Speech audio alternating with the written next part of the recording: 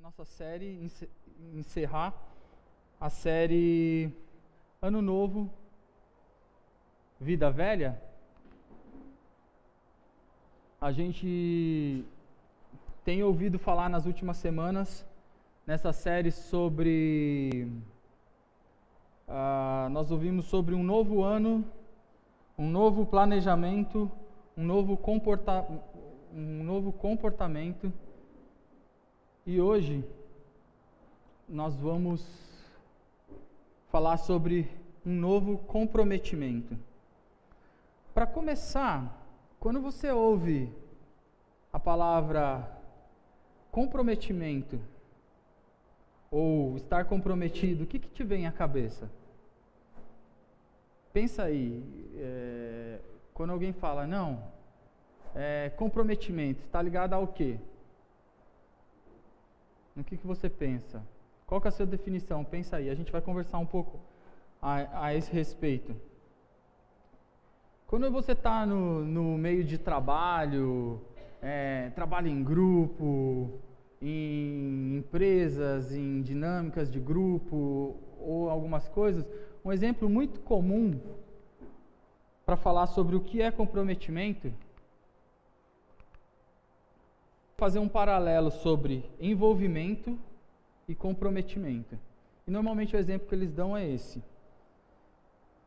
O café da manhã nos Estados Unidos, normalmente as pessoas, pelo menos o que é passado via mídia para nós, tem esse café da manhã que é ovos com bacon.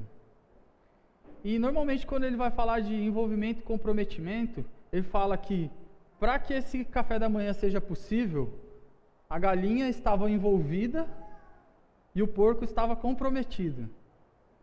Ou seja, a galinha participou, mas o porco deu uma parte dele. Ele se envolveu num grau acima. Ele se comprometeu a ponto de dar um pouco dele para que aquilo fosse possível. Então, eu procurei algumas definições em dicionários na internet e achei algumas definições para comprometimento. A primeira é obrigar-se por compromisso. Segunda, empenhar. E a terceira, que eu achei bem legal, é comprometimento é a qualidade de ater-se às escolhas feitas. Uma vez que você fez uma escolha, o comprometimento é você realmente se agarrar àquela escolha que você fez e assumir. Eu fiz essa escolha e eu vou até o fim. Uma outra coisa, quando a gente pensa em comprometimento, quando eu estava preparando esse tempo, eu estava pensando, quando a gente pensa em comprometimento, tem uma outra palavra que me vem à cabeça, que é resiliência. O que é a resiliência? Eu vou dar uma definição mais física, mais científica. É uma propriedade que alguns corpos apresentam de retornar à forma original após terem sido submetidos a uma deformação elástica. Bem, vamos resumir isso de uma forma mais fácil. É alguém que continua comprometido, mesmo quando as adversidades são muitas. Ou seja, eu me comprometi com algo, eu estou tendo dificuldades, eu estou passando por momentos difíceis, mas eu continuo fazendo aquilo que eu tenho que fazer. Então, guarde essas duas palavras, comprometimento e resiliência. Eu queria falar um pouco, para a gente pensar no comprometimento, a gente vai pensar em algumas coisas em que a gente normalmente está comprometido, se não está hoje, pretende estar ou vai estar num futuro próximo. Pensa aí, 5 segundos para você pensar, no que você pensa assim, meus compromissos, em que eu estou comprometido, com isso, isso e isso. A gente vai falar sobre algumas coisas, eu chamei isso das esferas de comprometimento. Ou seja, eu tenho um tipo de... Eu posso ter um comprometimento diferente em cada uma dessas esferas. Por exemplo, em uma área da minha vida, eu sou realmente comprometido, eu faço o que precisar, se precisar dar o sangue, eu dou. Em outra, já nem tanto. Então, eu queria falar um pouco sobre essas esferas de comprometimento. Vamos lá, já deu tempo de você pensar. Primeira delas, casamento ou namoro. Mas eu separei o casamento em específico. Qual foi o compromisso? Com o que você se comprometeu quando você casou? Ou você imagina que quando você for casar, se isso for acontecer, porque pode não acontecer, mas com o que você se comprometeu? O que você entende que é o compromisso do casamento? Normalmente, a premissa do comprometimento é fazer a outra pessoa feliz, certo? Eu queria dar um exemplo. Eu achei um versículo bem interessante, que eu vou abrir em Deuteronômio 24, 5. Eu vou ler o que acontecia quando alguém assumia o compromisso de casamento na época de Moisés, na época do Pentateuco. 24, 5. Se o homem tiver se casado recentemente, não será enviado à guerra, nem assumirá nenhum compromisso público. Durante 1 ano, estará livre para ficar em casa e fazer feliz a mulher com que se casou. Seria bom, né? Mas pensa nisso. O compromisso, naquela época tinha até uma lei para que isso pudesse ser, desde o início, um compromisso realmente do homem, né? Um compromisso que vinha com casamento. Daí eu pensei, hoje em dia tem gente que tira 30 dias de férias, 10 dias depois a mulher já quer que ele volte a trabalhar porque não aguenta mais o cara em casa.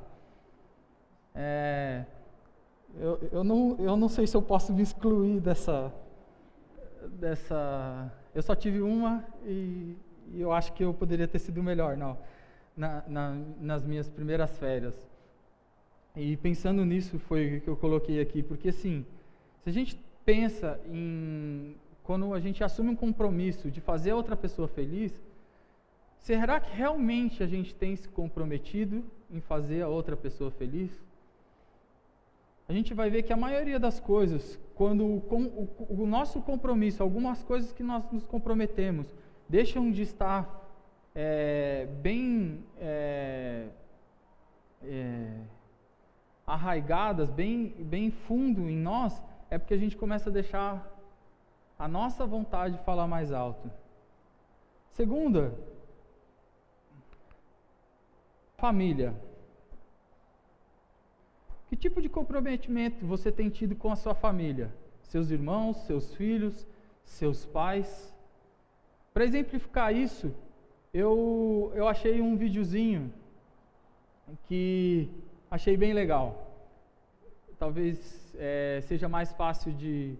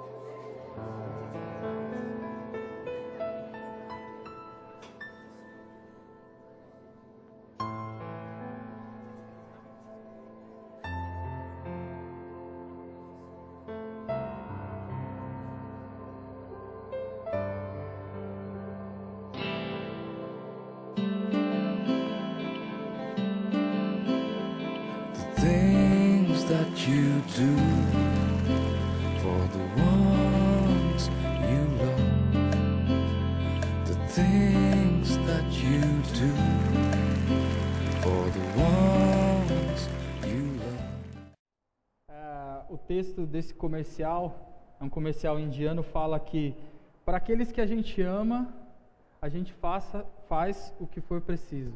Isso é comprometimento. Quando a gente é pai, a gente começa a pensar em coisas assim, né? Como que eu posso fazer para realmente meu filho sentir que eu estou com ele? Se precisar correr, me fantasiar de macaco, seja o que for, ele pode contar comigo, que eu estou lá. Outra parte é a amizade. Às vezes nós temos amigos que realmente confiam em nós. Eu tenho alguns amigos que eu sei que mesmo que se eu passar anos, meses sem vê-los, se um dia eles precisarem de alguma coisa, em que eles precisem de várias pessoas para ajudar, eles podem só ligar e vão saber que podem contar comigo e eu posso contar com eles. E é muito bom esse tipo de coisa. Qual que é o nível de comprometimento que você tem tido com os seus amigos? Outra esfera é o trabalho. Eu achei um outro videozinho que eu queria que você olhasse e prestasse atenção se, por mais que não seja nesse nível, se o seu comprometimento tem sido parecido com isso ou diferente disso.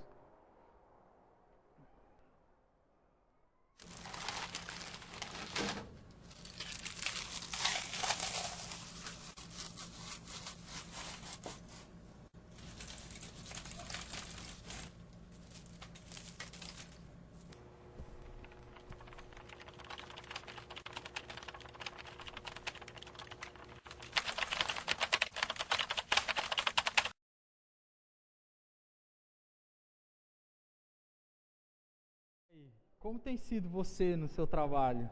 Você tem tentado dar essas escapadas aí ou você realmente tem feito aquilo com que você se comprometeu? Outra coisa é a igreja, a célula. Nós temos, a maioria, se comprometido com a nossa célula, com a nossa igreja. Como tem sido, uma vez que você assumiu esse compromisso, como tem sido a sua vida, o seu comprometimento?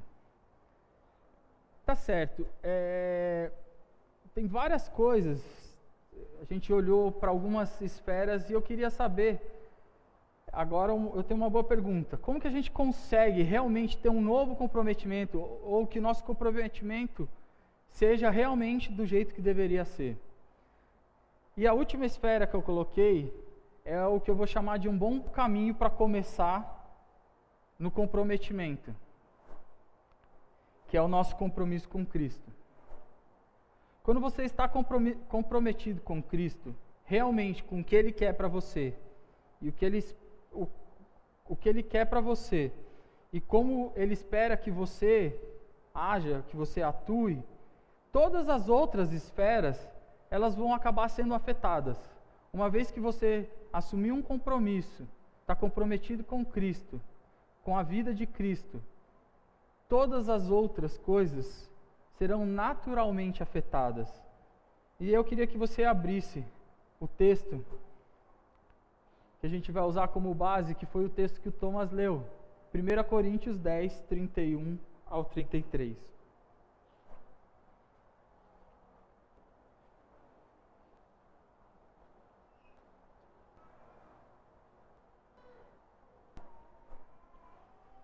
Vamos lá? Assim, quer vocês comam, bebam ou façam qualquer outra coisa, façam tudo para a glória de Deus.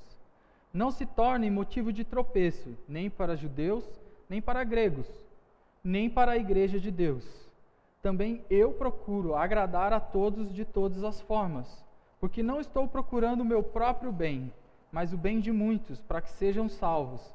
Ou seja, comprometer-se com Cristo é, em tudo que você fizer, você fazer como se você estivesse fazendo para Deus. Como se Deus tivesse te pedido aquilo.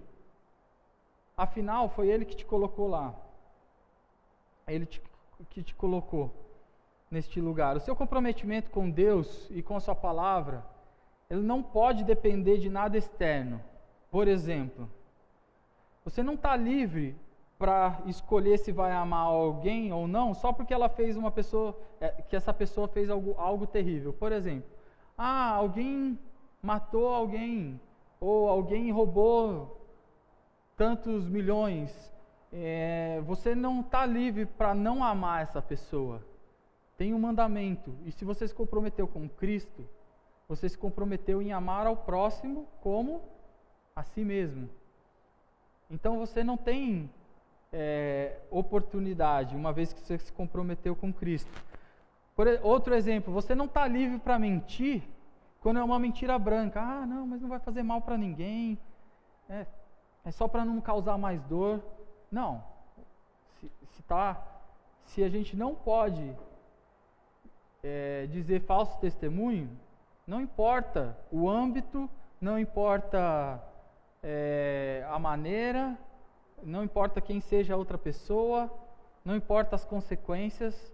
Uma vez que a gente está comprometido com Cristo, a gente tem que se comprometer a fazer a vontade dEle.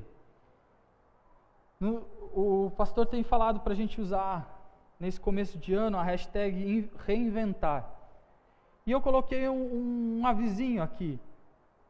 Eu lembrei de deixar um aviso, porque quando a gente pensa em reinventar, a gente não pode usar essa hashtag para reinventar a Bíblia, mas para reinventar o nosso comprometimento com o que Deus espera e deseja de mim e de você. A Bíblia não vai mudar. O que a gente tem que reinventar é a maneira com que a gente olha, com a seriedade que a gente trata as coisas de Deus. Enquanto eu estava pesquisando e preparando esse tempo aqui, eu achei um vídeo na internet, quem quiser pode procurar, o título é Decisão, é uma série de vídeos, chama Talmud Din, o pastor Ed René, de uma igreja de São Paulo. Ele tem uma série, ele fala tem mais de 300 vídeos desses, são devocionais pequenos, de até 10, 12 minutos, e alguns menores. Eu queria resumir o que ele falou. Em Mateus 16, 24, Jesus fala aos discípulos a seguinte frase: se alguém quiser vir após mim, renuncie-se a si mesmo, tome sobre si a sua cruz e siga-me. E partindo desse versículo, esse pastor ele começa a discorrer e pensar e refletir sobre esse texto, e ele começa a fazer perguntas. Ele fala, quando Jesus fala, pega e siga-me, seguir para onde? De que maneira? Simplesmente seria imitar o modo de vida, observar os princípios éticos de Jesus, é isso que seria seguir? Isso faz parte, mas esse pastor ele começa a discorrer e fala que o entendimento dele, e eu achei bem legal que assim, a escolha de seguir a Jesus, quando você toma a sua cruz, você está dizendo que eu vou morrer e que eu preciso ser crucificado. E ele cita que Adão disse sim para o próprio umbigo, para ele mesmo, e não para Deus. Mas Jesus, quando teve que fazer essa escolha, ele disse não para si mesmo, e sim para Deus.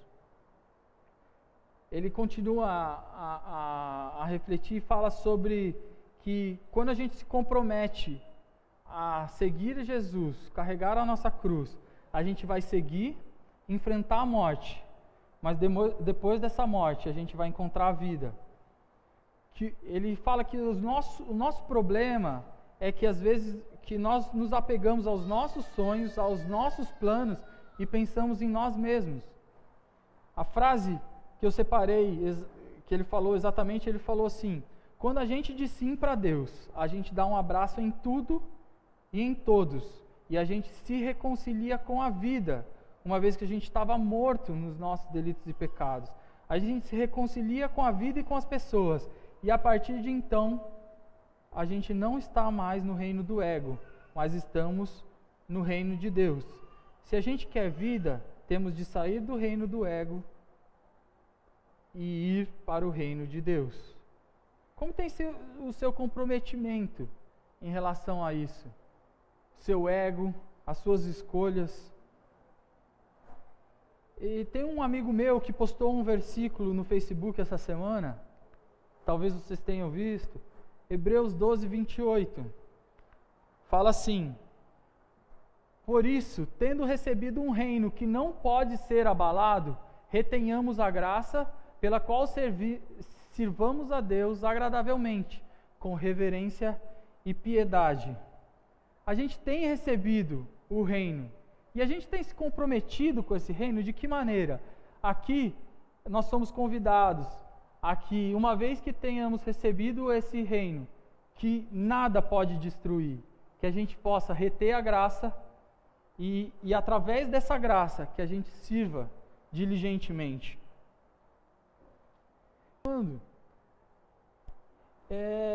Eu queria colocar alguns tópicos para a gente ir direcionando para o que eu tinha preparado para hoje. Como a gente pode, coisas que a gente precisa lembrar ao ser alguém comprometido. Sendo alguém comprometido.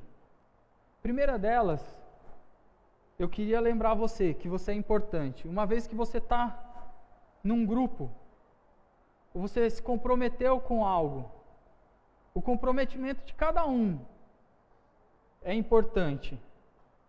Se todos os que se comprometeram e que estão sendo contados se comprometerem, o resultado é máximo. Se um não se comprometer da mesma maneira, talvez o resultado não seja aquele primeiro. A falta de comprometimento pode gerar um resultado totalmente diferente. Para exemplificar isso, às vezes você fala: não, mas, cara, não precisa de mim. Cara, se você se comprometeu e é isso que Deus está pedindo de você, faça. Se comprometa realmente. Tenha um novo comprometimento. Um novo comprometimento pode simplesmente ser: uma vez que eu me comprometi, eu vou realmente fazer. Eu separei um outro videozinho que ilustra o fato de cada um ser importante.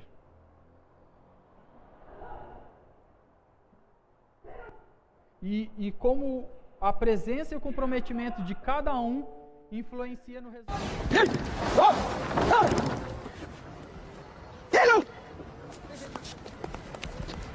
你是怎么搞的？哎，陆训练。